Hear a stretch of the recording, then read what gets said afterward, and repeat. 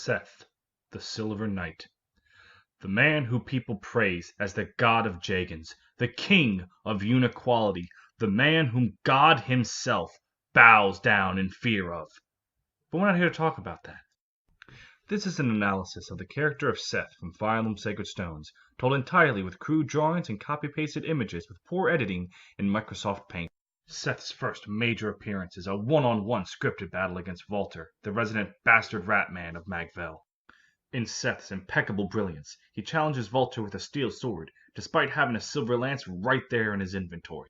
However, that's not really Seth's fault, as Volter has the secret ability to make all of his opponents always use a sword as if they are complete dumbasses and not capable military generals. Thanks to this ability, Volter manages to land a deadly blow on Seth's shoulder, a detail worth holding onto for a support chain later on. After this, Seth serves mainly a supporting role, standing by Erica and offering advice and plot exposition whenever it becomes necessary. Bracelet. Oh.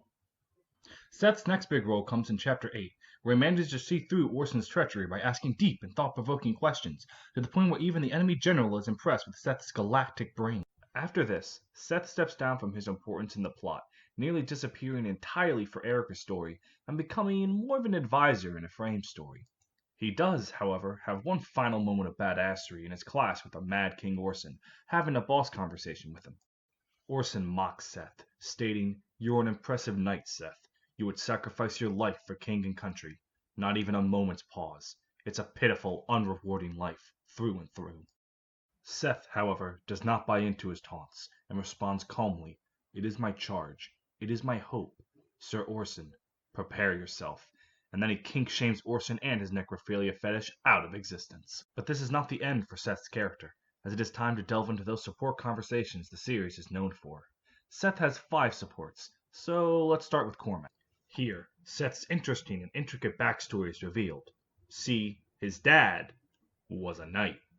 His mom was a knight.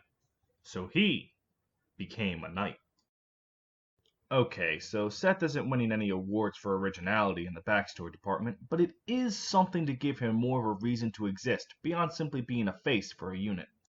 So we know he was trained to be a knight from youth. But who was young Seth? Who did he look up to? Well, the support with Franz helps shed some light on that.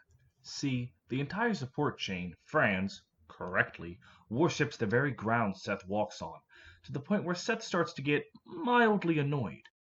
He tells Franz that Franz and Ford's father was a truly powerful and honorable knight, to the point where he was even Seth's childhood hero.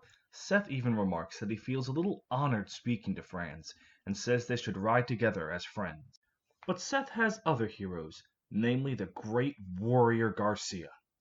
Here, Seth drops his normal calm and collected personality, and acts very giddy when speaking to Garcia, almost mimicking how Franz acted when he was speaking with Seth. This gives Seth more charm and personality to his character, as even the great stoic Silver Knight gets excited when he talks to someone he admires. It's not all fun and joy though, as in this support Seth also vents his frustrations to Garcia, exposing his feelings of regret over being too weak to be able to save King Fado's life. It's a support chain that really shows multiple faces to Seth's character, beyond the loyal dullard he seems like at the start, and it also helps illustrate that there's more going on in his mind than just simply following the next order that he is given. And now, on to his 2 lady supports. Let's start with Natasha. In this support chain, Seth shows he's capable of admitting when he is in the wrong, as he rescinds his belief that Natasha was an enemy simply due to the fact that she was from Grotto. The two come to grow closer together, to the point where Seth puts all of his chips on the table, and asks Natasha to leave Grotto and come to Renee to live with him. A bold step considering most A supports in those days just ended in them sort of saying, "Yeah, you're alright." She tries to remark on how, as a cleric, she's vowed to God that she will never wed with a man, and Seth simply remarks, "I am God." Suddenly, Natasha doesn't care about vows of virginity anymore, and the two hook up. Their shared epilogue remarks that their days are long and full of hard work, but happy nevertheless. And finally, we arrive at his Eric support, the one where all of the angst and emotion and romance happen. The first 2 start out innocent enough, with Erica coddling Seth due to the injury he experienced at the start of the game against evil Ratman Volter. Things seem to go swimmingly until the A support, where Seth confronts Erica about her feelings and affections towards him. He says, as a queen, she should not favor him over any other knight, and that her crush on him will put everyone in danger, because if she shows favoritism to a single knight, she cannot be fit to rule, for she cannot send him out to die. Erica reluctantly agrees, remarking that she does have a crush on Seth, but it is improper to let those feelings of love tamper with her ability to lead her people. Seth starts to leave, but ultimately not even he can let things rest as melancholy as that. He remarks that her feelings for him are not unrequited, and that he too is in love with her and is suppressing the feeling. The two eventually hook up after the war, though that's confusing given the past remark, but that's more so an error in translation than an actual plot hole. In the English release, they just sort of hook up in the epilogue without any real reason for why their minds change from the A support to the epilogue. In the Japanese release, it was remarked that Erica herself was still persistent, and that it was also due to the help of Ephraim's matchmaking, which I can only imagine went something like, Seth, please love me. No. Seth, come on. Please get with my sister. Just once for your old pal Ephraim. Okay.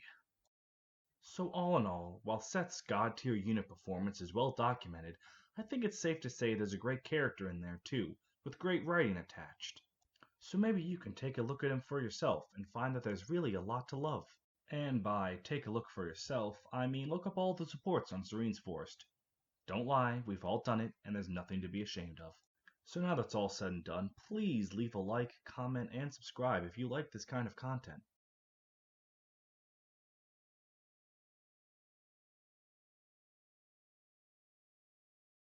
If you want to support this channel's other projects, I've done 2 Let's Plays on Fire Emblem 7 Hector Hard Mode, and I'm currently doing one on Vestaria Saga, and I'll put the playlist in the description if you want to watch a grown man get really angry at a video game RNG not going 100% how he wants it to. So until then,